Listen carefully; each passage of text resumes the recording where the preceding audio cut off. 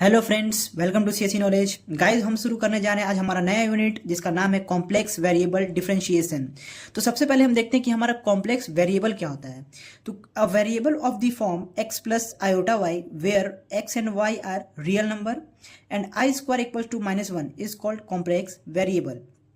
तो गाइज यहाँ पे क्या रहा है, देखिए कह रहा है कि कोई वेरिएबल है जिसका फॉर्म क्या है x प्लस आयोटा वाई, जहाँ आपका x क्या है रियल नंबर, x क्या है आपका रियल नंबर और y ये दोनों क्या है आपका रियल नंबर है। x and y are real number.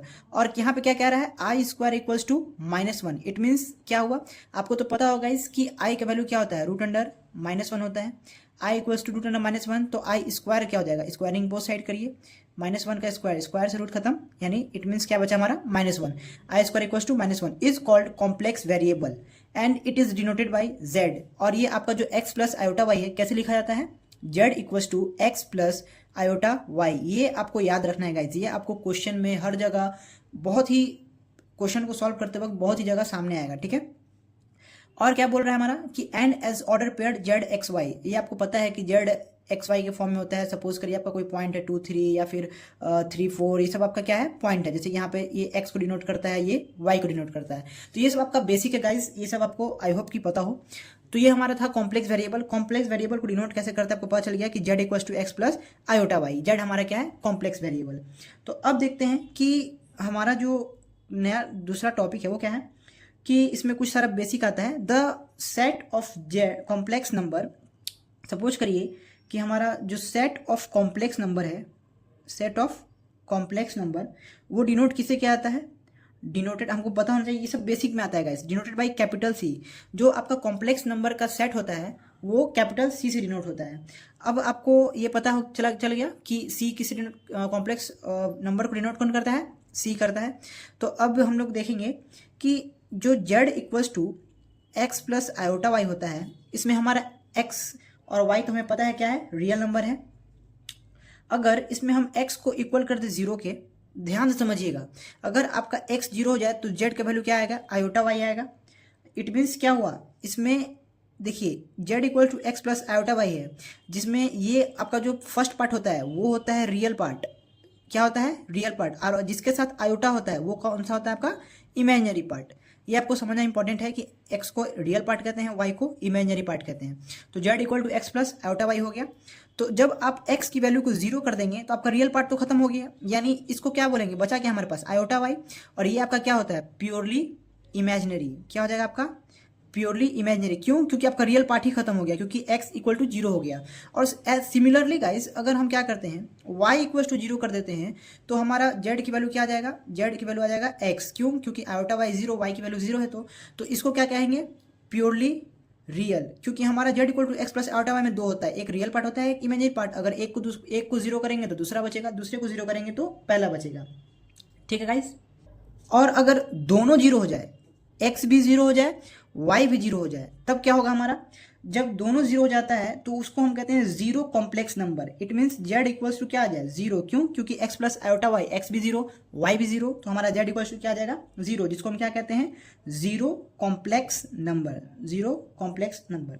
तो गाइज इतना में आपने क्या पढ़ा कि सबसे पहले आपको पता है कि जो कॉम्प्लेक्स वेरिएबल होता है उसको डिनोट करते हैं z से, और z का वैल्यू क्या होता है x प्लस आयोटा वाई, जहां आपका x और y क्या है रियल नंबर है। और आपको पता चल गया कि कब आपका प्योरली रियल होगा, कब आपका प्योरली इमेजिनरी होगा। ये आपके ऑब्जेक्टिव पॉइंट ऑफ व्यू से था, कुछ बेसिक्स था गाइज। आपको पता है कि आई स्क्वायर का वैल्यू क्या होता है -1, कैसे होता है ये भी आपने देख लिया।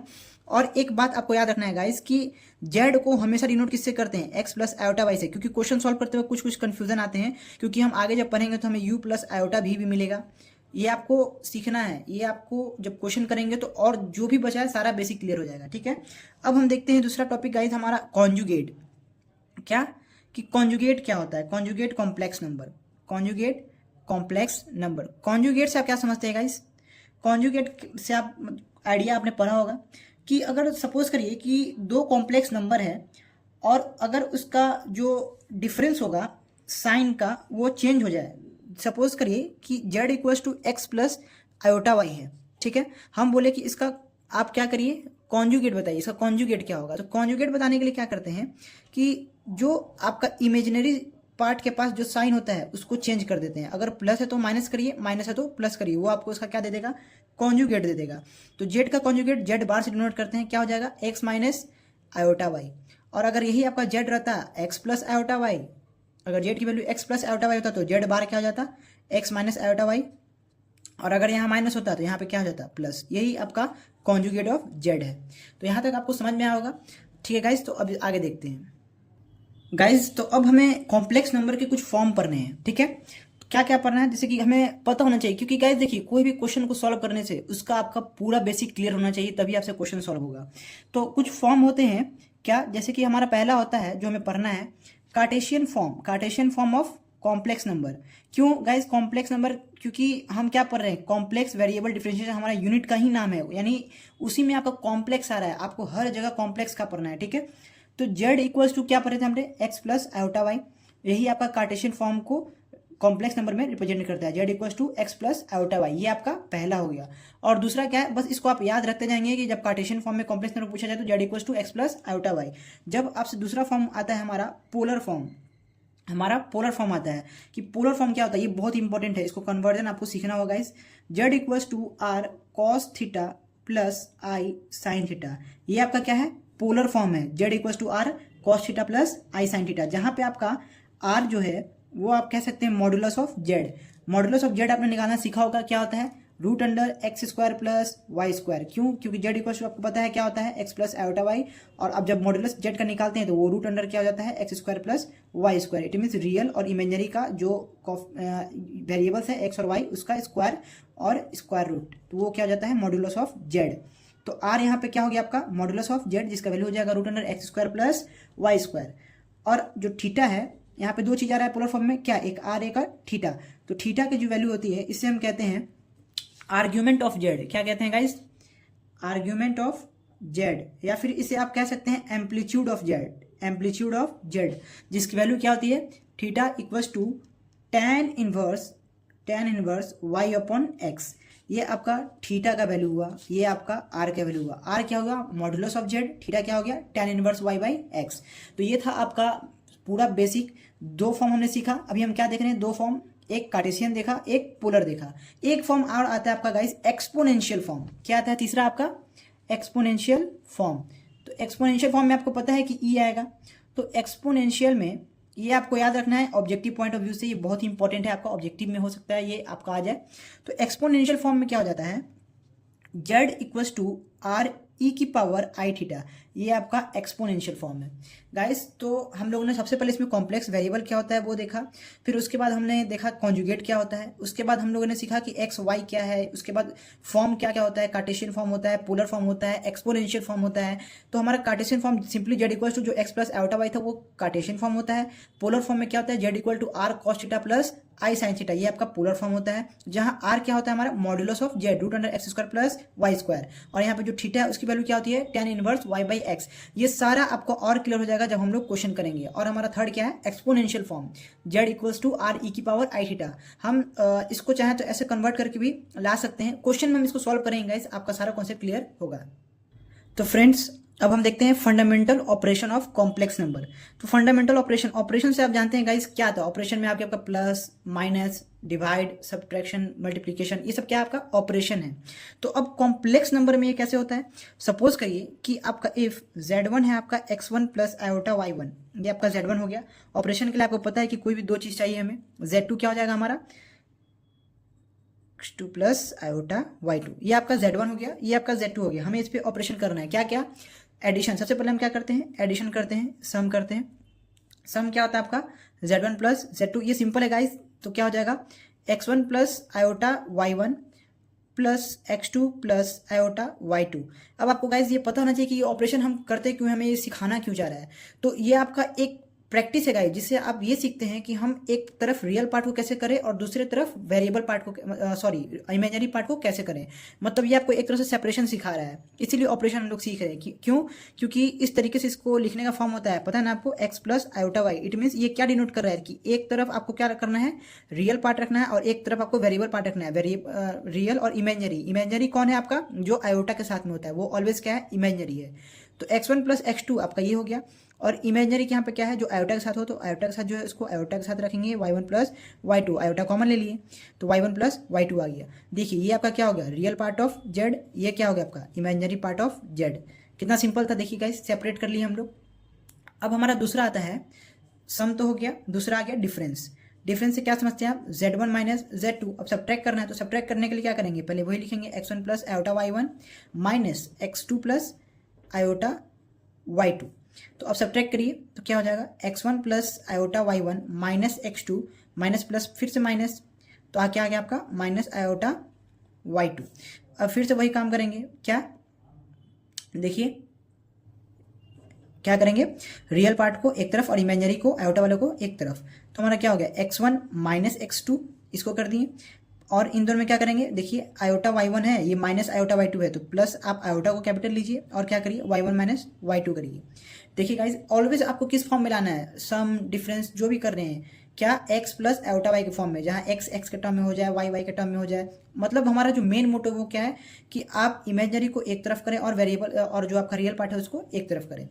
थर्ड क्या है आपका, सम हो गया, डिफरेंस हो गया। अब प्रोडक्ट, प्रोडक्ट मीन्स आपको पता है z1 इंटू z2। z1 क्या है आपका x1 plus iota y1, z2 क्या है आपका x2 प्लस आयोटा y2। अब आप इसको गुना करिए गाइस, आपको इसमें ध्यान रखना होगा साइन का। x1 को x2 से मल्टीप्लाई करिएगा तो क्या आएगा x1 और x2, फिर x1 को प्लस आयोटा y2 से, तो आपका आ जाएगा iota x1 y2, x1 y2 और आयोटा। अब इसको इस पार्ट से करेंगे तो प्लस क्या आ जाएगा आपका आयोटा y1 x2। अब इसको इस पार्ट से करेंगे तो देखिए गाइस, मैंने आपको बताया था क्या, आई स्क्वायर का वैल्यू याद करिए, स्टार्टिंग में जब कॉम्प्लेक्स वेरिएबल का डेफिनेशन बताया था तो आई स्क्वायर इक्वल्स टू -1 होता है। तो यहाँ पे देखिए आई और आई मल्टीप्लाई होगा तो साइन क्या हो जाएगा, माइनस है तो दोनों ये प्लस प्लस प्लस प्लस ही होता है, बट आई स्क्वायर जब मल्टीप्लाई होगा तो आपस में क्या हो जाएगा -1, और बचा क्या y1 और y2। तो सिंपली क्या कर देंगे y1 और y2। देखिए ये आपका था इमेजिनरी बट मल्टीप्लाई हो गया तो क्या हो गया, रियल पार्ट बन गया। तो अब इसको जब आप सॉल्व करेंगे तो क्या आ जाएगा x1 x2। अब क्या करते हैं, क्या है हम कि रियल पार्ट को एक साइड करते हैं और इमेजिनरी को एक साइड करते हैं। तो x1 x2 minus y1 y2 ये हमारा क्या है, रियल पार्ट है, हमें दिख रहा है। तो इसको एक तरफ किए हम, प्लस क्या करते हैं आयोटा कॉमन लेते हैं, जो दो टर्म में आपको आयोटा दिख रहा है, एक यहाँ एक यहाँ, आयोटा कॉमन लीजिएगा तो क्या बचेगा x1 y2 plus x2 y1, यही बचेगा गाइस। देखिए ध्यान से, देखिए हमने क्या किया, यहाँ पे रियल पार्ट ऑफ z को एक साइड किया और आपको इमेजिनरी पार्ट ऑफ z को एक साइड किया, ठीक है गाइस। तो मेन मोटो आपको समझ में आ गया कि जो हम सम सीख रहे हैं, डिफरेंस सीख रहे हैं, प्रोडक्ट सीख रहे हैं, क्यों सीख रहे हैं, ताकि हम रियल पार्ट ऑफ जेड और इमेजिनरी पार्ट ऑफ जेड को अलग करना सीख जाएं। अब हमारा चौथा ऑपरेशन क्या आता है, डिवीजन। डिवीजन बोल मतलब देखिए डिवीजन में हमारा क्या जाएगा, it means z1 upon z2, यानी कि x1 plus iota y1 by x2 plus iota y2। आपको पता है गाइस कि जब भी ऐसा केस आता है हमें क्या करना होता है, रैशनलाइजेशन करना होता है। जब भी डिनोमिनेटर में आपका आई का टर्म है, जब भी जहां भी आप कोई भी क्वेश्चन सॉल्व करेंगे अगर डिनोमिनेटर में आई का टर्म आ रहा है तो हम क्या करते हैं, रैशनलाइजेशन। और रैशनलाइजेशन करने के लिए क्या करते हैं, जो आपका डिनोमिनेटर में होता है उसका अपोजिट साइन से मल्टीप्लाई करते हैं, यानी उसका कॉन्जुगेट भी कह सकते हैं। आपने कॉन्जुगेट सीखा है तो ज्यादा अच्छा वर्ड क्या है इसका यूज करने के लिए, conjugate. x2 minus iota y2 upon x2 minus iota y2। जब इसको सॉल्व करेंगे गाइस तो आपका एक जो वैल्यू आएगा उसमें से आप क्या करेंगे, रियल पार्ट को एक तरफ करेंगे और इमेजिनरी पार्ट ऑफ जेड को एक साइड करेंगे, ठीक है। यही आपका सॉल्व होके आ जाएगा डिवीजन में भी क्या, z1 अपॉन z2। इसको आप खुद से करेंगे गाइस, ठीक है। तो अब हम लोग क्या करेंगे कि हम लोगों ने इसमें ऑपरेशन देख लिया कि कैसे करते हैं, सम देख लिया, डिफरेंस देख लिया, प्रोडक्ट देख लिया, डिवीजन देख लिया कि डिवीजन के केस में क्या कर दिए, रैशनलाइजेशन कर दिए। अब हम लोग देखते हैं curves and region in complex plane. तो गाइज आज के लिए इतना ही छोड़ देते हैं। हम लोगों ने आज क्या देखा कि जितना भी कॉम्प्लेक्स वेरिएबल का जितना भी बेसिक कॉन्सेप्ट हम लोगों ने सब सीख लिया। हमने देखा कि रियल प्योरली रियल कब होता है, प्योरली इमेजिनरी कब होता है, कॉन्जुगेट क्या होता है, उसके बाद जो ऑपरेशंस होते हैं वो क्या होते हैं। उसके बाद हमने फॉर्म देखे कि Cartesian of complex number 3 form में आते हैं, एक कार्टेशियन फॉर्म, एक पोलर फॉर्म, एक एक्सपोनेंशियल फॉर्म। उसके बाद ऑपरेशंस जो सम, डिफरेंस, प्रोडक्ट, डिवीजन हमने सारा देख लिया गाइस। तो ये आपका कंप्लीट बेसिक था कॉम्प्लेक्स वेरिएबल डिफरेंशिएशन का। कल से हमारा मेन टॉपिक स्टार्ट होगा curve and region in complex plane, उसको देखेंगे। उसके बाद हम लोग कहाँ पे आ जाएंगे, एनालिटिक फंक्शन के पास आ जाएंगे, ठीक है गाइस। तो आज के लिए इतना ही रहने देते हैं। Okay, thanks.